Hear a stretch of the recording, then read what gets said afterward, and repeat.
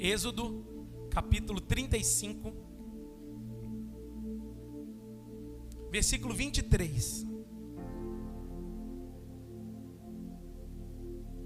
Você que nos visita, fique bem à vontade nesse momento.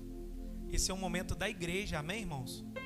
Onde nós dizimamos e ofertamos na casa do Senhor, como um gesto de gratidão por tudo aquilo que Deus tem feito em nossas vidas.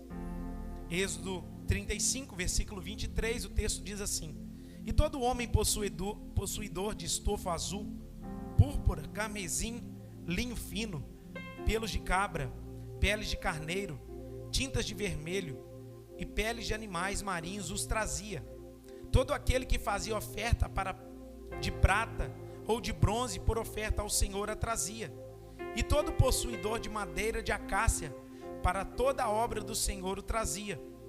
Todas as mulheres hábeis traziam o que por suas próprias mãos tinham fiado: estofa azul, púrpura, carmesim e linho fino.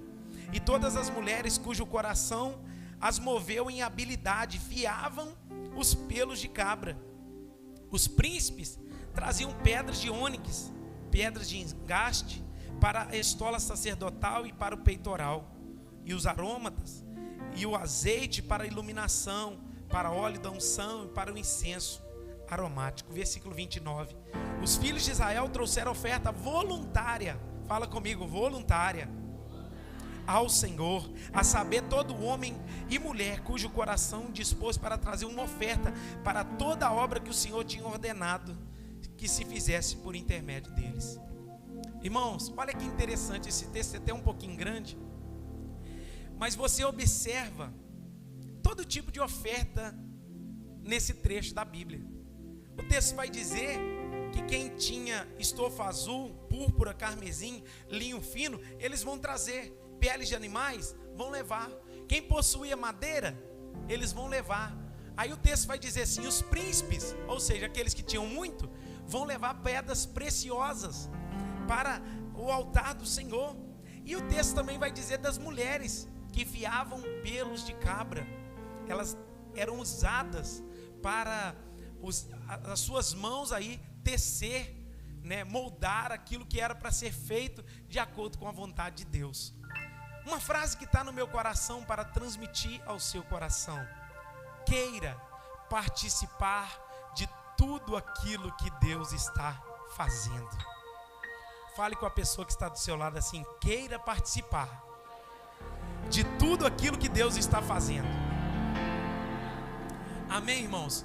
Essa semana, conversando com um obreiro aqui da igreja, ele disse assim para mim: pastor, a minha oração é que Deus não me retire daquilo que Ele vai fazer nesse lugar, porque eu quero participar, seja com a minha vida, seja ofertando, seja abençoando. Irmãos, que coisa maravilhosa, tudo aquilo que a Igreja Batista Reviver está construindo, não só de templo físico, mas na vida das pessoas.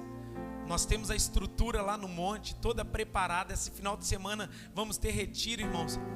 Tudo preparado, todo mundo dormindo em cama, banho quente, coisa maravilhosa. E é isso que Deus tem provido neste lugar através dos irmãos. Que você possa desejar participar de tudo aquilo que Deus está fazendo neste lugar, seja com oração, seja com a sua vida, seja com o seu trabalho, seja com o seu dízimo, seja com a sua oferta. Participem, e eu tenho certeza que o Senhor vai te abençoar em nome de Jesus. Enquanto eu orar, você pode ofertar ao Senhor, você pode ofertar também pelo QR Code que está aí no banco. É o modelo digital agora, que você sinta à vontade em nome de Jesus. Pai, mais uma vez nós te agradecemos, te glorificamos, ó Deus, pela vida dos dizimistas e ofertantes da tua casa. A minha oração é que o Senhor continue com as suas mãos estendidas sobre o teu povo, sobre os teus servos. Continue abençoando, Senhor, para a glória e louvor do teu nome. Cada um que está dizimando, cada um que está ofertando, cada um que está com desejo de participar. A minha oração é que o Senhor venha abençoar os seus filhos para a glória do teu nome, em nome de Jesus. Amém e amém. Amém, irmãos? Abra sua Bíblia comigo, Salmo 126.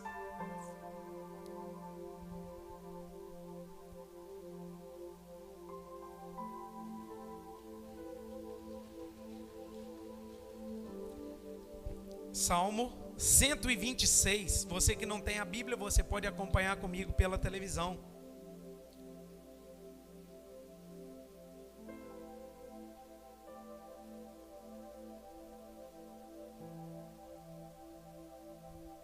Amém?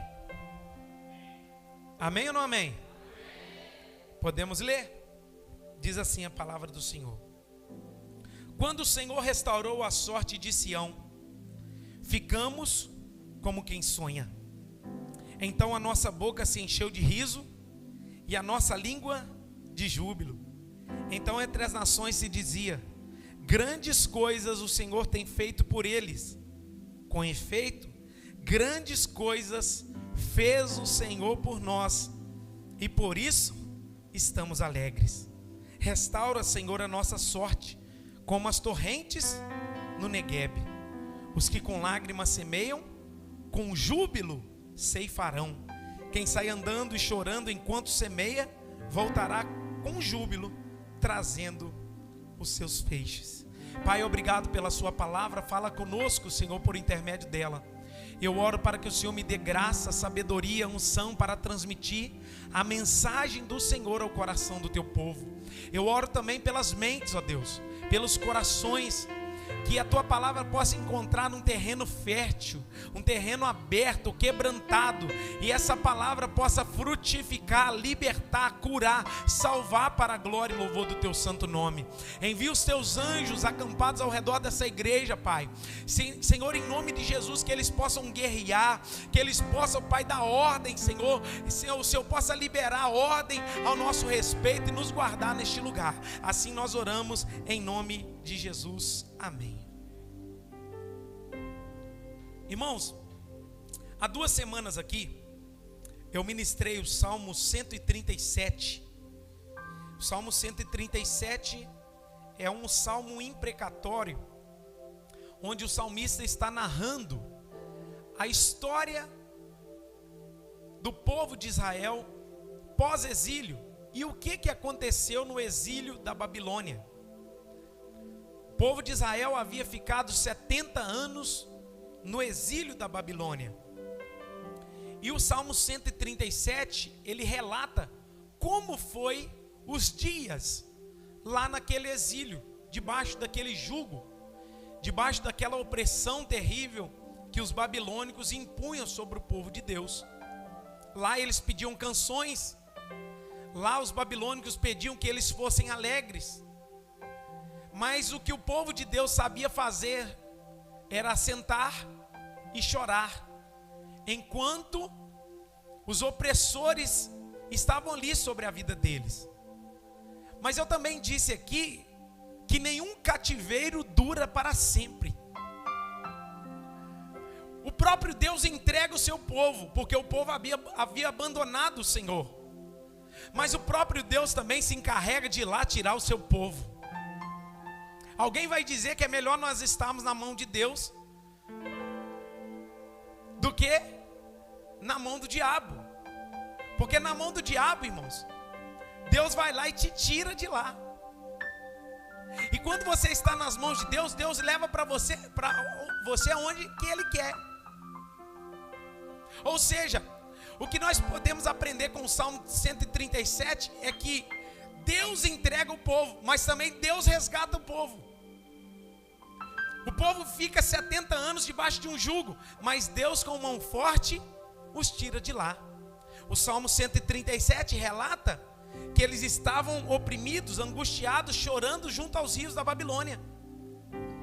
Mas chegou o dia da libertação. Chegou o dia de Ciro, usado por Deus, onde Jeremias fala, onde Isaías fala, que Ciro, um rei ungido de Deus, chegou o tempo de decretar. Se você olhar isso, no último livro, no último capítulo de 2 Crônicas, Ciro decreta, faz um decreto, ungido pelo Senhor, usado pelo Senhor, que todos os judeus que estavam sobre o jugo, sobre a Babilônia, estavam nesse exílio, poderiam retornar à sua pátria, poderiam sair debaixo daquela escravidão. E se você olhar também Esdras capítulo 1, do versículo 1 ao versículo 3, a palavra do Senhor vai dizer que Ciro, ele dá um decreto, dizendo assim: eu, ungido pelo Senhor, vou direcionar o retorno de vocês, em todos os judeus que quiserem retornar para a sua terra, eu estou liberando, pode voltar. Porque eu sinto no meu coração que chegou a hora, eu sinto no meu coração que chegou o momento de voltar e a reconstruir a cidade de Jerusalém e o templo que havia sido destruído. Ciro então dá o decreto de uma forma tranquila, de uma forma muito em paz. Todos os judeus que estavam na Babilônia, servindo debaixo daquele jugo, começam então a retornar para a sua terra natal. Qual terra natal? Jerusalém. O que eles fazem em Jerusalém? Eles vão reconstruir o templo de Salomão. Para você conhecer essa história, você vai ter que ler Esdras, você vai ter que ler o livro de Neemias, para conhecer um dos que foram os precursores desse avivamento, para trazer restauração ao templo de Salomão, foi Neemias, onde ele é usado por Deus e convoca o povo para reconstruir tudo aquilo que estava perdido, queimado, estava destruído. Então ali acontece essa restauração do templo, porque Ciro, ungido pelo Senhor, libera o povo retornar para a sua pátria. Então o povo retorna para a sua pátria. E o Salmo 126, talvez você pode se perguntar, o que o Salmo 126 tem a ver com isso? Esse salmo, irmãos, é conhecido como cântico de romagem, ou cântico de degraus, ou cântico de peregrinações. Se você olhar na sua Bíblia, quem tem a Bíblia aí aberta, você vai olhar lá em cima no subtítulo, lá, que tem um título e depois tem um subtítulo, e está escrito assim: cântico de romagem, ou cântico de degraus, ou cântico de peregrinações. O que significa esse cântico de degraus? Esse cântico de degraus, ou cântico de romagem, ele vai do 120 ao 134. O que quer dizer esse conjunto desses salmos? São salmos que eram cantados à medida que o povo saía das suas terras e iam para Jerusalém adorar o Senhor nas festas anuais. Por exemplo, acontecia lá em Jerusalém a festa dos tabernáculos, acontecia em Jerusalém a festa da Páscoa. Eles iam lá, e enquanto eles estão saindo da sua cidade, eles estão indo para Jerusalém, eles estão indo juntamente com o seu povo, estão cantando. Quais os salmos que eles cantavam? Do Salmo 120 ao Salmo 134. Então eles iam ali entoando canções. E por que chama cântico de degraus? Ou por que chama cântico de romagem? Porque era a romaria, aonde o povo saía da sua terra, peregrinando rumo a Jerusalém. Quem está aqui comigo? Então o texto vai dizer que eles estão, nesse Salmo 126, é um salmo de romagem, onde eles estão cantando enquanto sobem, porque Jerusalém estava lá em cima. É como se fosse sair daqui de Miraí e fosse para São Sebastião da Vargem Alegre. Você sai daqui e quando você vai para São Sebastião, você está subindo. Por isso também é chamado de cântico de degraus, porque você sobe. Então quando eles estão subindo, eles estão cantando. Salmo 120 diz: na minha angústia clamei ao Senhor, e o Senhor me ouviu. Salmo 121, o salmista diz: eleva os meus olhos para os montes, de onde me virá o socorro? O meu socorro vem do Senhor, que fez o céu e a terra. O Salmo 122, ele diz: alegrei-me quando me disseram, vamos à casa do Senhor. O Salmo 123, ele diz: a ti que habita nos céus, elevo os meus olhos. O Salmo 124, o salmista diz: diga, ó Israel, se não fosse o Senhor que estivera do nosso lado.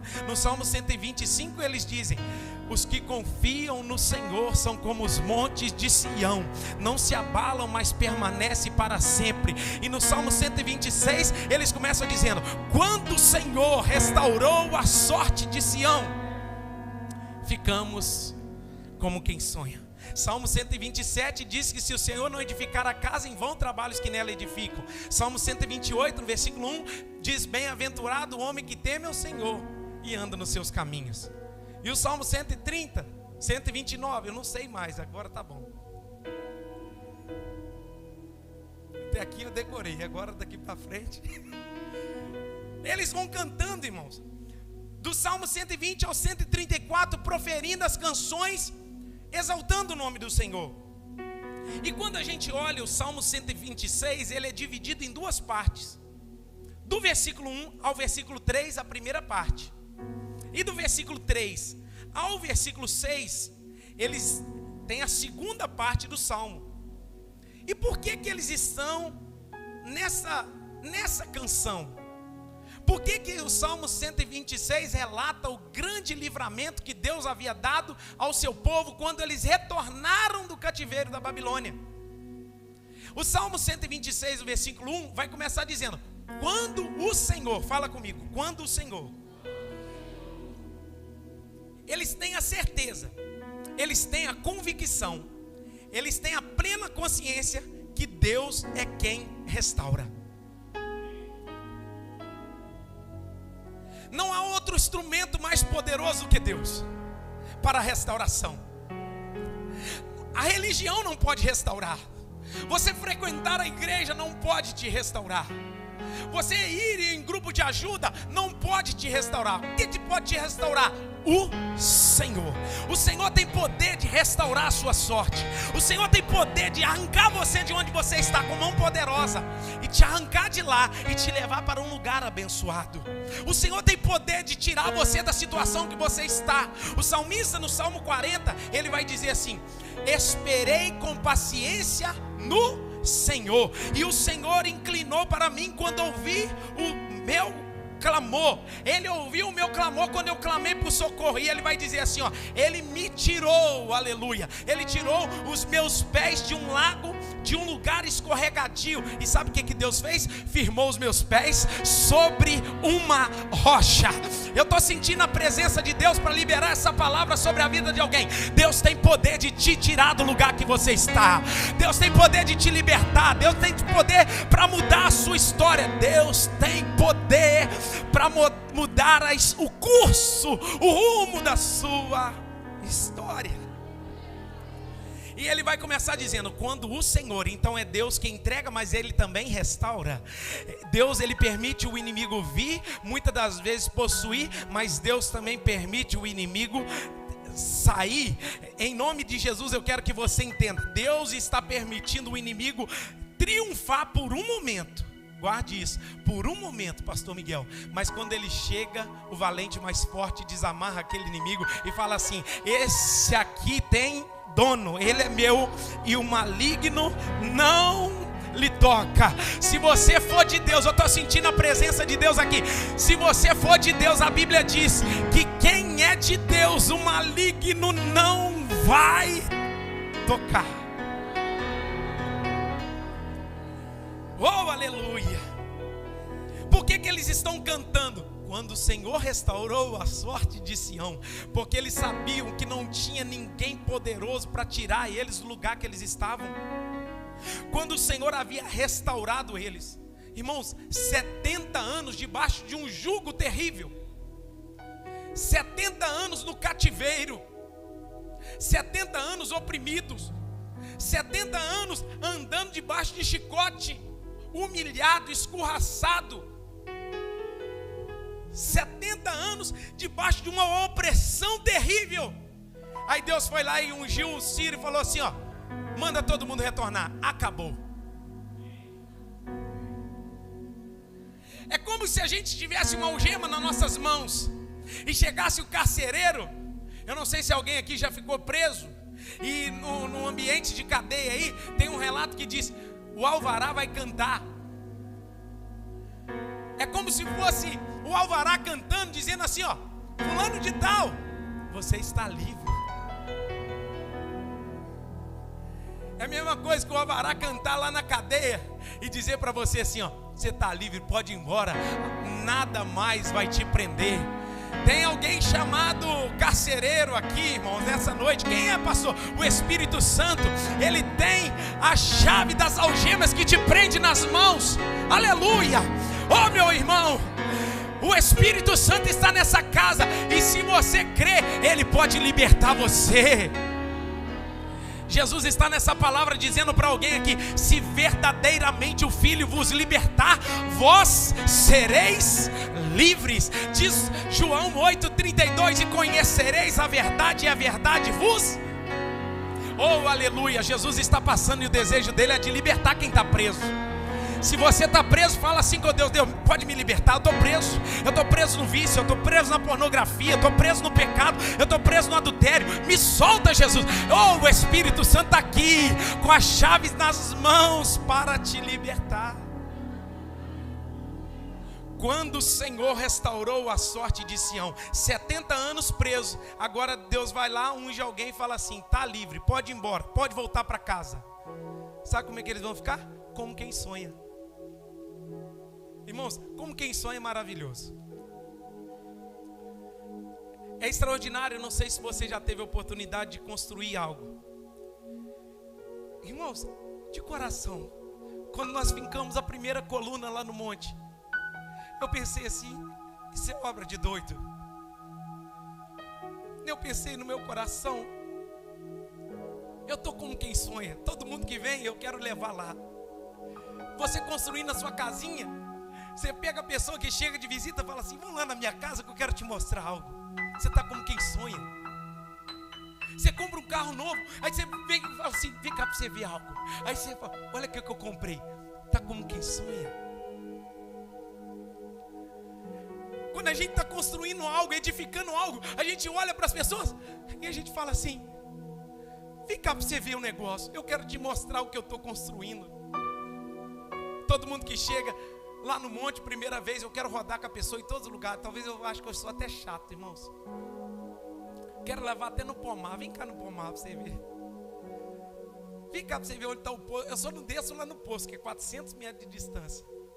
Mas eu quero mostrar tudo, sabe por quê? Nós da Igreja Batista Reviver estamos como quem sonha. Deus permitindo a gente viver coisas poderosas. E um dia, essa libertação aconteceu comigo, com o povo de Israel, 70 anos, mas comigo foi com 16, porque eu era preso. Alex está ali, foi meu amigo lá. Só a graça na minha vida. Com 16 anos, eu fui livre daquele jugo, porque eu entreguei a minha vida para Jesus. E a partir daquele dia que eu entreguei a minha vida para Jesus, o diabo não reinou mais, o pecado não reinou mais, as coisas da carne não reinaram mais, porque eu fui livre, eu fui liberto, e eu fiquei como quem sonha. Eu fui com 16, mas tem gente aqui que foi com 30, tem gente que foi com 50, tem gente que foi até com 70. Eu não sei qual foi o período da sua vida que o Senhor chegou para te libertar, mas um dia Ele marcou a sua história. Oh meu Deus, e eu sinto o poder de ministrar essa palavra. Tem alguém aqui que pode ser liberto hoje? Me ajude a pregar e fala para alguém que está do seu lado assim: você pode ser liberto hoje.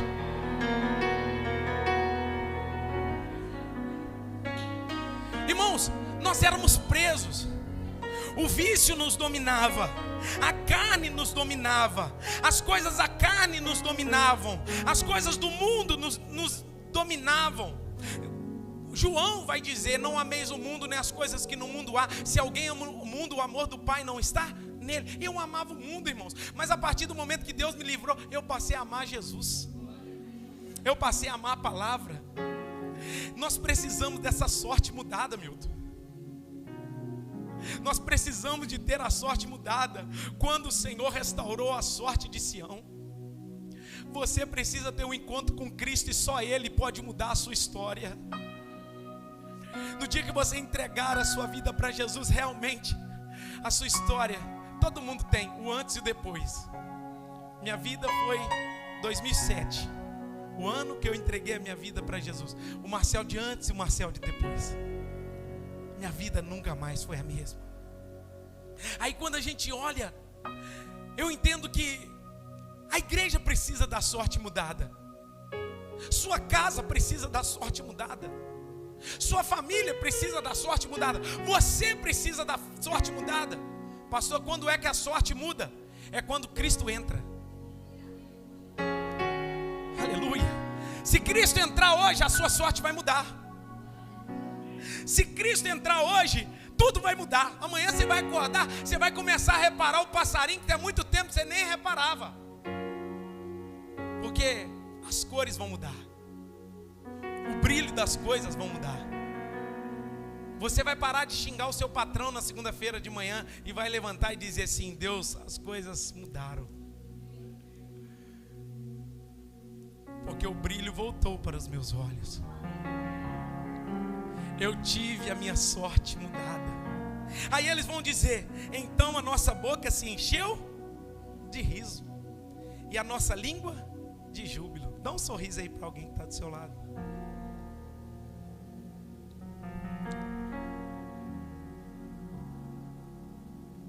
Tem muito tempo que você não consegue sorrir, irmão. As lutas do cativeiro, a opressão do cativeiro tem tirado o brilho do seu rosto. O cativeiro que você tem vivido tem feito com que o seu rosto não fique alegre. O coração alegre, diz a Bíblia, ele formoseia o rosto.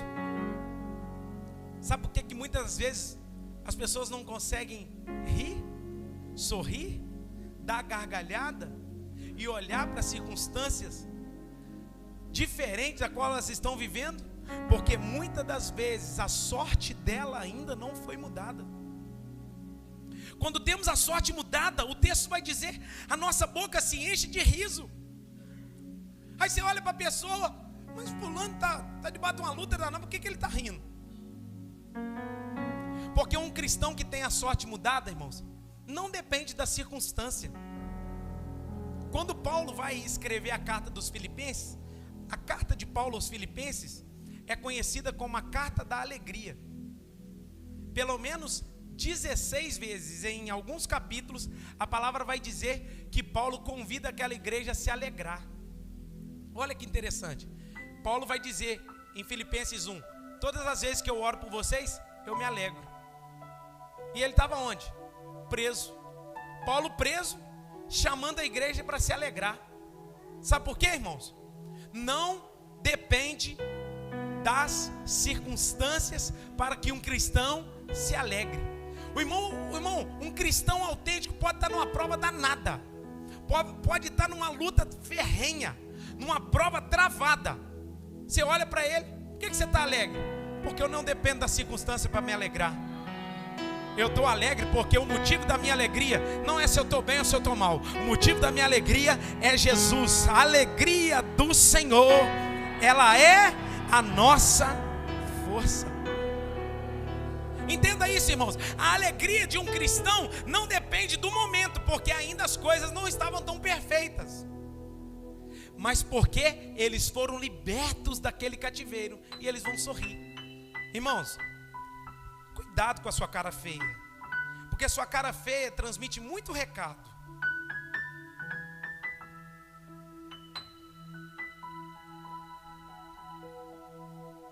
Sua cara feia está falando do que o seu coração está produzindo.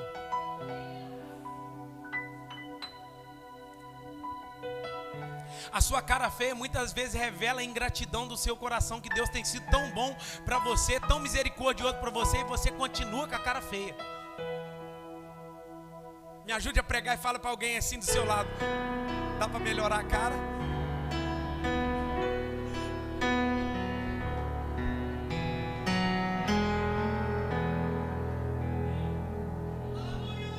Eu vou profetizar essa palavra. Eu profetizo que a alegria de Deus entrará na sua alma. Aleluia. Quando a presença de Deus vir sobre a sua vida, o seu interior, o seu coração, todo o seu ser será mudado. Eu me alegro não pelas circunstâncias, eu não me alegro porque as coisas estão favoráveis ou desfavoráveis. Eu me alegro porque Cristo é a razão da minha alegria.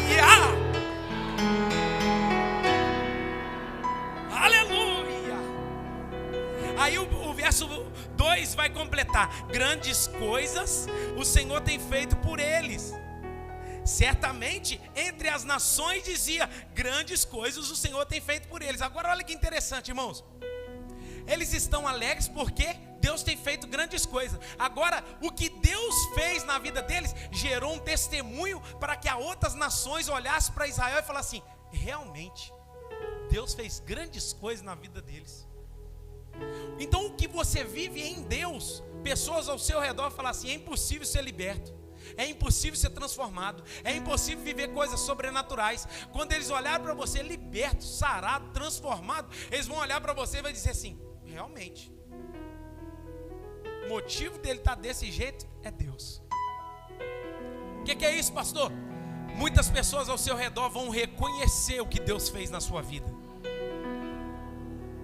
Aí o texto continua, verso de número 3: com efeito, grandes coisas fez o Senhor por nós, e por isso estamos alegres. Em outras palavras, eles estão dizendo assim: o Senhor nos abateu, mas o Senhor também nos restaurou. O Senhor nos feriu, mas o Senhor também nos curou. O Senhor nos jogou no chão, mas o Senhor também nos colocou de pé. O Senhor é aquele que nos sustenta, o Senhor é aquele que nos levanta, e o Senhor também é aquele que faz grandes coisas por nós. Tudo é Deus. É Deus que opera, é Deus que efetua, é Deus que realiza, é Deus que levanta, é Deus que abate, é Deus que entrega ao inimigo, mas é Deus que também restaura. É Deus que permite a tristeza, mas Ele também promove a alegria. É Deus que permite você passar num vale, mas depois é Ele que te leva para o monte. É Deus que permite muitas das vezes você passar no vale da sombra da morte. Mas para quê, pastor? Para provar para você que Ele é Deus na sua vida. Ele passa com você lá. Tudo é Deus. Por isso nós estamos alegres, porque grandes coisas o Senhor fez por nós. Agora, a primeira parte.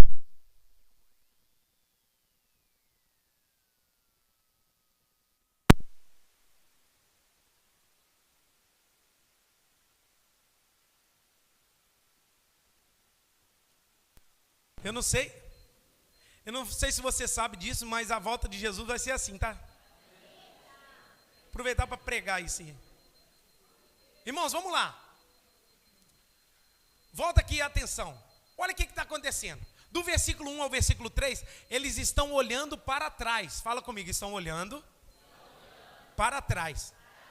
O que eles estão celebrando aqui? Grandes coisas o Senhor fez por eles. Eles estão celebrando a libertação do cativeiro. Irmãos, fica ligado no mundo espiritual, tá? Essa energia não cai à toa assim não. Deus está querendo salvar alguém aqui. O texto vai dizer, irmãos, que eles olham para trás e eles estão celebrando. Por que eles estão celebrando? Depois de 70 anos presos, eles voltam. Então eles olham para trás, Romário, e o texto vai dizer que eles estão alegres. Eles estão regozijando. Eles estão agradecidos pelo livramento. Só que agora nem tudo estava perfeito. Não estava mil maravilhas. Por quê? Eles vão para a cidade de Jerusalém, a qual eles retornaram, estava toda queimada. A cidade estava toda destruída. O templo era um lugar de adoração, e estava tudo acabado, tudo destruído. O negócio estava feio. E aí eles precisam de força. E o que eles vão fazer? Olhar para frente. Porque agora eles vão fazer um clamor. Olha o versículo 4. Restaura, Senhor, a nossa sorte, como as torrentes do Negueb. Eu ia passar um vídeo das torrentes do Negueb aí. Eu acho que não vai, pode ficar tranquilo, João. O que acontece nas torrentes do Negueb, irmãos? Eles estão clamando, pedindo a Deus assim: Deus, restaura a nossa sorte, como as torrentes do Negueb. O que é as torrentes do Negueb? As torrentes do Negueb, irmãos, para você entender, o Negueb é o lugar mais seco do mundo. É um deserto semiárido mesmo. Uma vez ao ano, ou um mês do ano, chove naquela região. Uma vez ao ano só. O que acontece lá no Negueb? A chuva vai intensa, chuva serôdia. Ela chove nos montes e acumulam naqueles açudes lá em cima muitas águas. E chega um tempo das águas transbordarem. Quando aquele açude ele desce as águas para o Negueb, vai formando torrentes torrentes, torrentes, torrentes.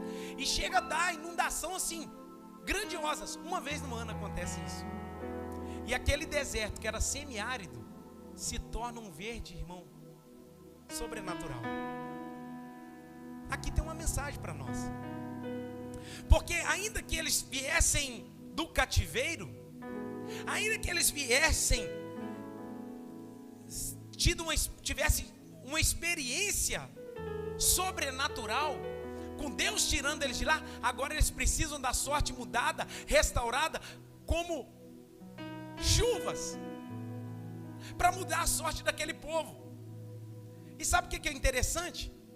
Eles não sabiam o momento em que a chuva viria. Sabe o que o agricultor tinha que fazer naquele tempo? Ele tinha que pegar as sementes, ele tinha que semear, esperando assim, vai chegar o momento da chuva, e a qualquer momento vai ser derramada a torrente sobre a terra que eu plantei. Fé, irmãos, não é você saber que vai chover e plantar. Fé é você contar que vai chover sem mesmo estar preparado para a chuva.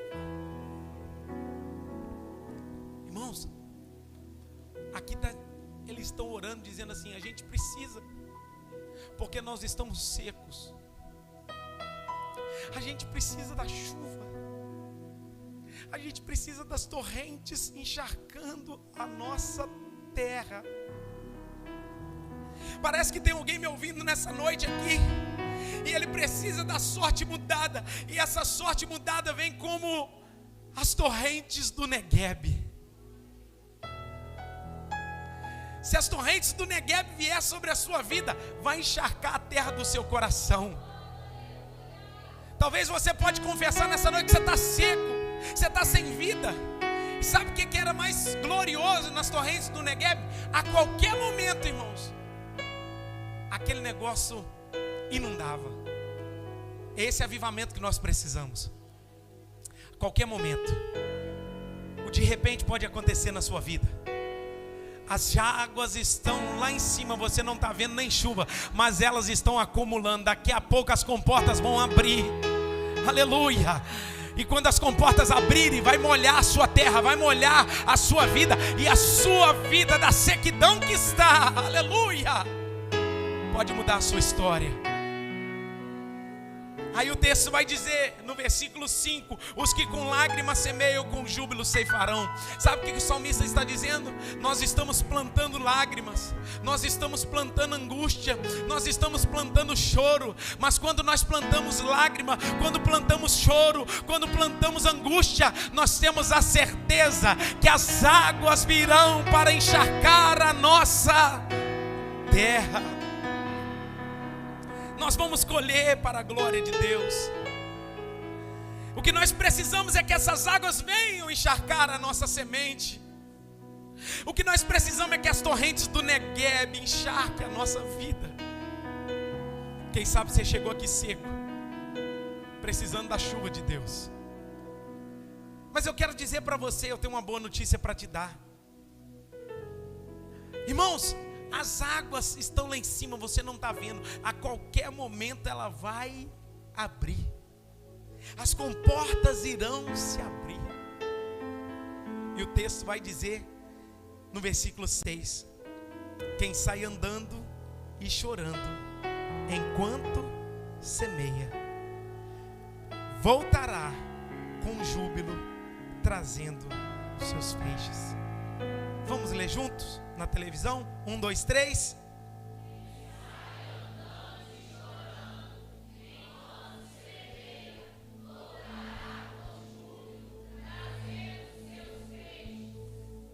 O que esse texto está dizendo? Que um tempo de choro na sua vida é como um tempo de plantio. Um tempo de angústia para a sua vida tempo de luta para a sua vida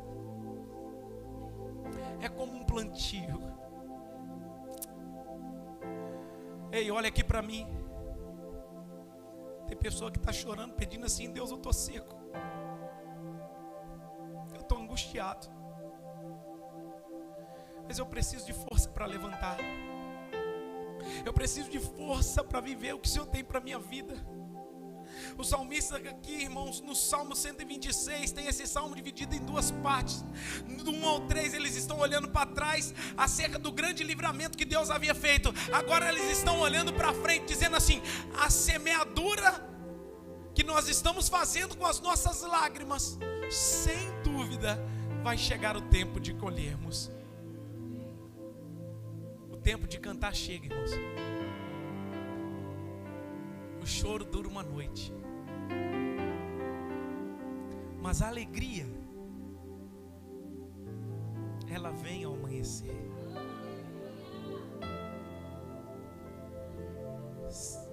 Quem sabe você está aqui chorando. Quem sabe você está aqui sofrendo. Deu tudo errado até hoje na sua vida. Deus mesmo. Deus não perdeu o controle da sua vida, não. Ele está no controle. Sabe por que dá errado? Para Ele entrar na hora certa e fazer o caminho seu. Oh, aleluia. Parece que eu não estou vendo a luz no fim do túnel, pastor. Parece que as coisas estão dando tudo errado. Parece que nada está acontecendo. A palavra de Deus é para a sua vida. Enquanto você anda e chora, enquanto você caminha e está chorando, você sem dúvida no seu retorno voltará colhendo os seus feixes. Isso quer dizer que aquele que plantou choro vai colher algo precioso da parte de Deus. 2 pontos aqui. Quando eles olham para trás, eles lembram o que Jesus fez, como Deus tirou, como Deus libertou, como Deus transformou, como Deus operou. Quando eles olham para frente, eles estão na expectativa de como será a glorificação, como será a chegada, como será a transformação. Quem está aqui comigo? A sua vida, você precisa olhar para 2 lados, para trás e para frente. Olha para trás, saiba de onde Deus te tirou. Agora começa a olhar para frente. Sabe por quê? Isso mostra para nós que nós estamos peregrinando rumo ao céu. Fica de pé no seu lugar. E alguém liga esse ar-condicionado aqui. Eu estou fritando aqui na frente.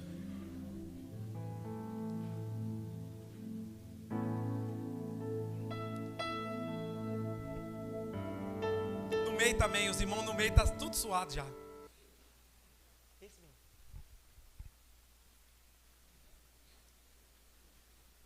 Olha aqui para mim.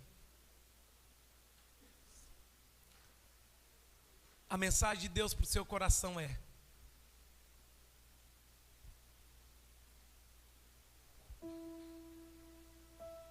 quando o Senhor restaurar a sua sorte, você vai ficar como quem sonha. Eu convido você a fechar os seus olhos. Aleluia. Eu quero cantar uma canção com você.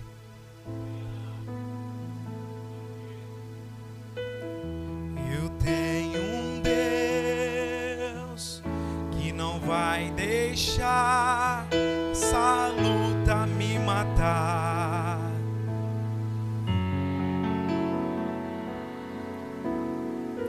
Por mais pressão que seja a situação, o controle ainda está na palma de suas mãos. Eu tenho um Deus que não vai deixar. Você pode subir a sua voz? Cante isso nessa noite. Por mais pressão, a situação, o controle ainda está na palma de suas mãos. O choro dura uma noite, mas ela vem pela manhã. Eu tô vendo, tem gente que não tá cantando ainda. Você pode cantar essa noite. O choro dura uma noite, mas a alegria, ela vem pela manhã. Eu creio, eu creio. E ainda que a figueira não floresça,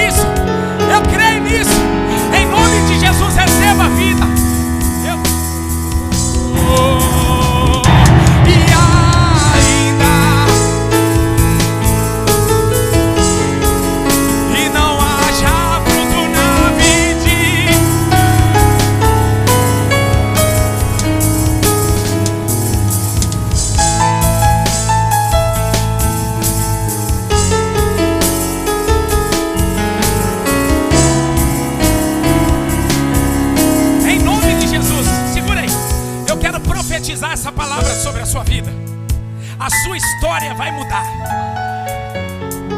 Quando o Senhor restaurou a sorte do Marcel, eu fiquei como quem sonha. Como o Senhor restaurou a sorte do Moraes, ele ficou como quem sonha. Quando Deus restaurou a sorte do Mauri, ele ficou como quem sonha. Quando o Senhor restaurou a nossa sorte, nós ficamos como quem sonha. Então, aleluia, a nossa boca se encheu de riso, e a nossa língua de júbilo. Eita, Jesus maravilhoso. E a minha oração nessa noite por você é que Deus nessa noite marcou um encontro para te dizer: Ele deseja restaurar a sua sorte. E se você está aqui nessa noite, eu quero te desafiar, pois eu quero orar por você neste altar.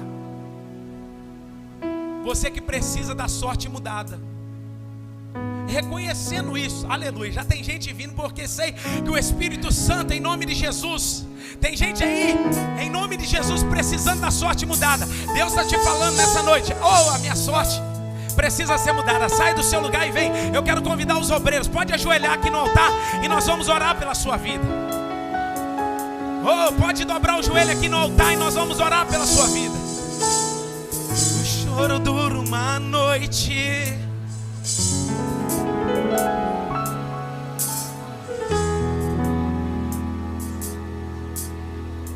vem os obreiros, nós vamos impor as mãos. Deus está tocando pessoas. O choro duro, Deus, derrama teu poder, derrama tua glória, em nome de Jesus, Espírito Santo.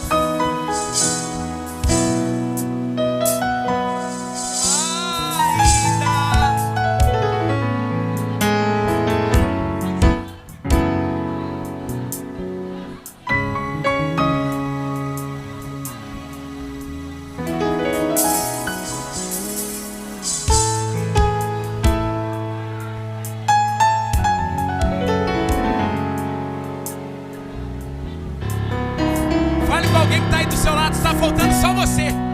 Fala com ele aí, está faltando você. Derrama Espírito Santo, derrama Espírito Santo. Deus está mudando a sorte. Deus está mudando a sua sorte. Levanta as mãos, igreja. Deus está mudando a sorte. Deus está mudando a sua sorte. Em nome de Jesus, nós pedimos ao Senhor, ó Pai, visita a tua igreja, visita o teu povo, ó Pai. Escreve uma nova história, para a glória do teu nome, para a glória do teu nome. Ei, Senhor, nós abençoamos os seus filhos e te pedimos a tua bênção, em nome de Jesus. Pode voltar para o seu lugar, em nome de Jesus. Fale com alguém aí do seu lado, que Deus abençoe, porque hoje Ele está mudando a sua sorte. Deus está mudando a sua sorte.